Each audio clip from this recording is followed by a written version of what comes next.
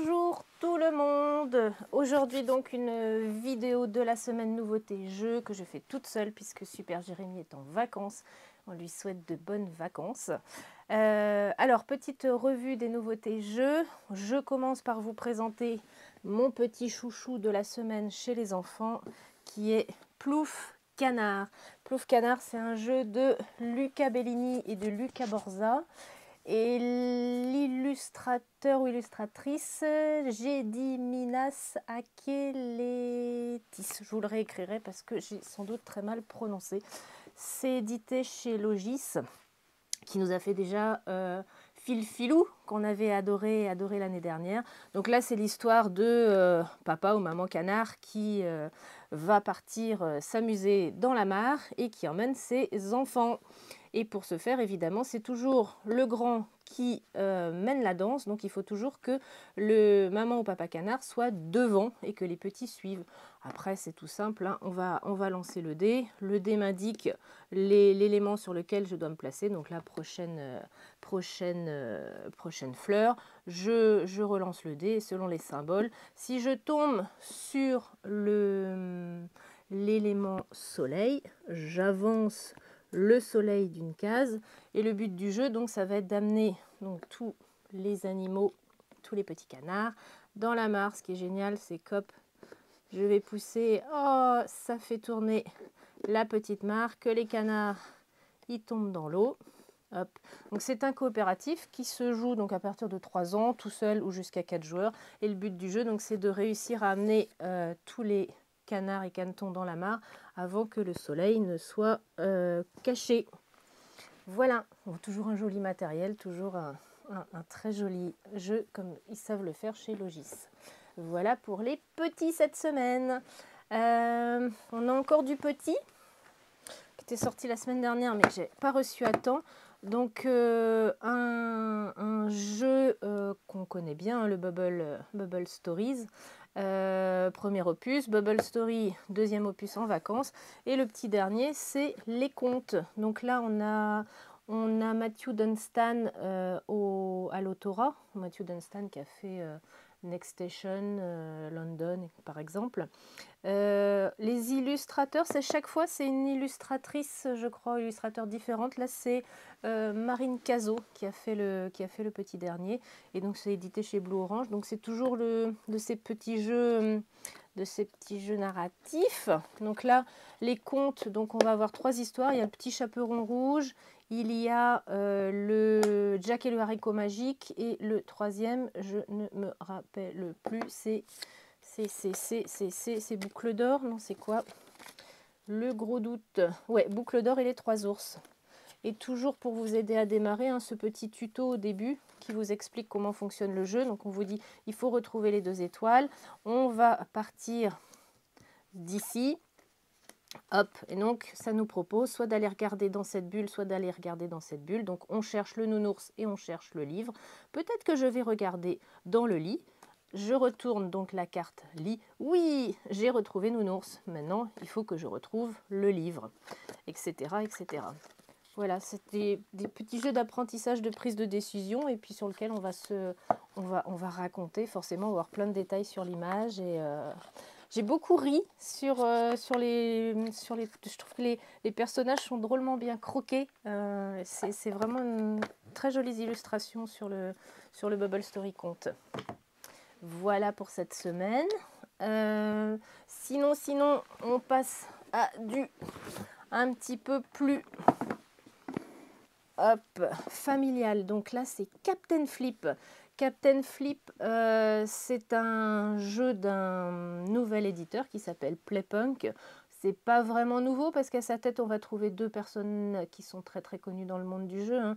Il y a Thomas Provost qui est l'un des créateurs de Repos Prod, grosse société d'édition qui a fait Seven Wonders notamment. Et bizarrement, donc l'acolyte de Playpunk, c'est Antoine Bauza, qui est donc l'auteur fort célèbre de Seven Wonders notamment. Donc ces deux gentils messieurs ont l'idée de monter une nouvelle société d'édition et ils nous proposent Captain Flip. Alors Captain Flip, c'est avec Paolo Mori et Remo Conza Dori. Paolo Mori, on le connaît un petit peu plus.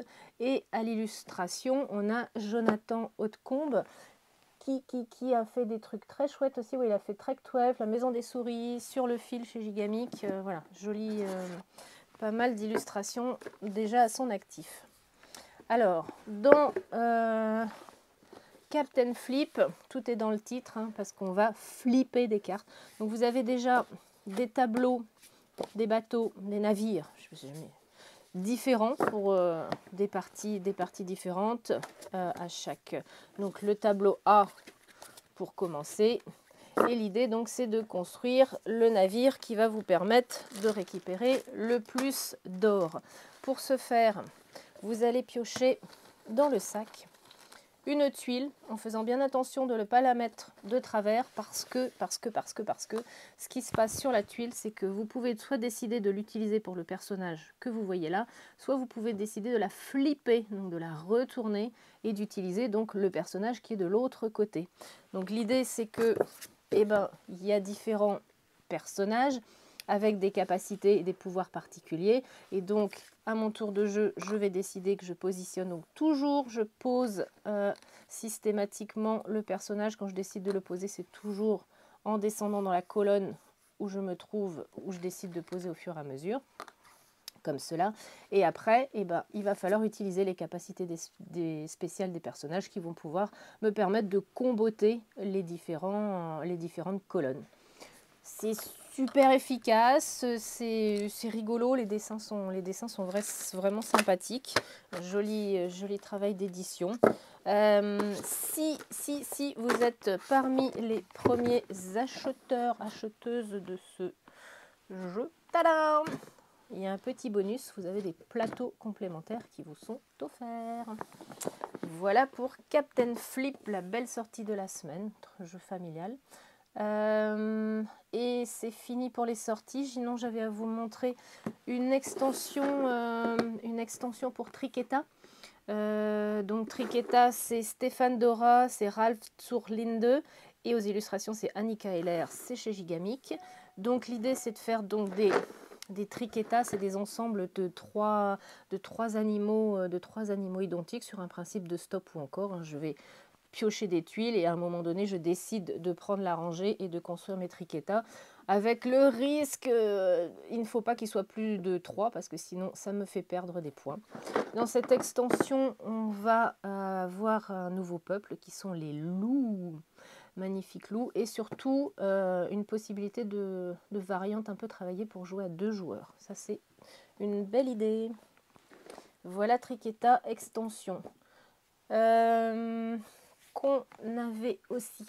Vous connaissez, ça vous les avez appréciés, beaucoup, c'est les Clubox, c'est casse-tête où il faut se casser la tête à essayer de démêler les choses pour pouvoir ouvrir ces boîtes magnifiques. Donc il y a un nouveau qui vient d'arriver, c'est la caméra de Sherlock. Voilà, ça c'est le petit nouveau dans la collection et qui font vraiment des superbes objets. Vraiment très très beaux. Pour ceux qui aiment les casse-têtes. Voilà. Que j'avais loupé dans la commande de la semaine dernière. Dans la collection Gigamic des jeux dits abstraits, Kawele qui était sorti il y a sans doute une bonne année je pense, et qui sort pouf en format mini. Là on est sur un jeu de Romain Froger et Didier Lenain Bragard, donc la version toute petite, hein, comme il y a les quartos, les corridors dans cette jolie collection. Et ce qui est chouette, c'est que le format mini est toujours aussi intéressant et agréable à manipuler que l'est le grand format. Voilà. Et qu'est-ce que je souhaitais vous dire? Et oui, une semaine assez riche en Pokémon. Parce que je vous sors pas tout, mais il y a des jolies boîtes, des jolies petites boîtes et des gros coffrets avec plein de bidules dedans, plein de Pikachu.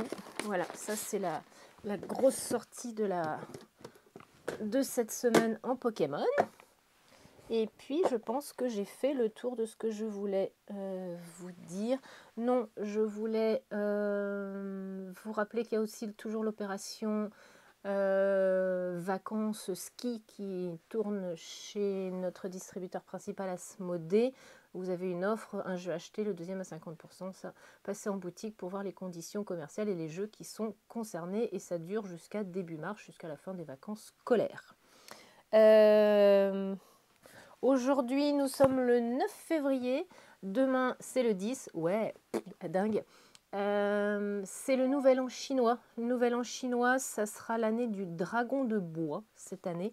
Et c'est pour ça que je voulais juste vous rappeler de 2 jeux, parce qu'il y a des jeux qui sont plein de nouveautés chaque semaine, mais il y a aussi des jeux vraiment très bien qui sont encore là dans nos rayons et qui valent le coup qu'on les mette en avant. Tsuro, c'est un joli jeu de placement, je trouve très très bien, qui se joue aussi bien de 2 à 8 joueurs. Et c'est pareil, très intergénérationnel. Donc l'idée c'est de poser des tuiles qui forment des chemins. Et l'idée c'est de faire des chemins qui vous permettent de rester le plus longtemps sur le plateau et de ne pas être éjecté du plateau central. Voilà, ça c'est Tsuro. Et le deuxième qui me plaît beaucoup et sur lequel j'ai beaucoup d'affect, parce que l'auteur c'est Roberto Fraga et que l'illustrateur c'est Pierrot, ces 2 personnes magnifiques dans ce monde du jeu. Je ne vais pas dire de quand date River Dragon, je pense Roberto, ça doit bien dater d'une bonne dizaine, plus, vingtaine d'années. Mais c'est un jeu qui n'a pas vieilli. On est sur une réédition grâce à Matago. Donc l'idée c'est une petite course. On va chacun avoir un petit personnage qu'il va falloir faire traverser le delta du Mékong. Et puis pour traverser le delta, on va mettre des petits piliers de pont, on va mettre des passerelles qui sont de tailles différentes. Donc il faut bien réfléchir au choix de sa passerelle. Et le premier qui arrive à traverser va l'emporter. Ça se fait via un jeu de programmation. On va programmer les 5 prochaines actions qu'on veut faire. Une fois que chacun a programmé ses actions, chacun va retourner sa première action. On joue. Forcément, comme dans tout jeu de Roberto, il y a un petit peu de bazar qui va se créer parce que Roberto a eu l'idée d'insérer des cartes dragons qui empêchent les joueurs, les joueurs adverses de jouer. Donc, ce qui va faire que la programmation que vous aviez imaginée va forcément être mise à mal parce que on va vous empêcher de jouer un certain tour. Donc, vous aviez prévu de mettre une passerelle, vous ne pouvez pas la poser. Vous aviez prévu au tour suivant d'avancer, plouf, votre petit personnage il tombe à l'eau. Donc, il va falloir reprogrammer 5 nouvelles actions ensuite pour pouvoir réavancer. Voilà, c'est un jeu qui se joue très bien de 2 à 6 joueurs et que je vous conseille pour fêter ce nouvel an chinois, le dragon de bois. Voilà, c'était la petite revue de presse de la semaine et j'aurai plaisir à vous laisser avec Jérémy la semaine prochaine parce que moi je suis en train de préparer Cannes, donc je ne serai pas là, donc Jérémy fera la présentation tout seul et on se retrouvera ensemble dans 3 semaines sans doute. Avec plein de choses sûrement à vous raconter. Et passez un bon week-end et à très bientôt.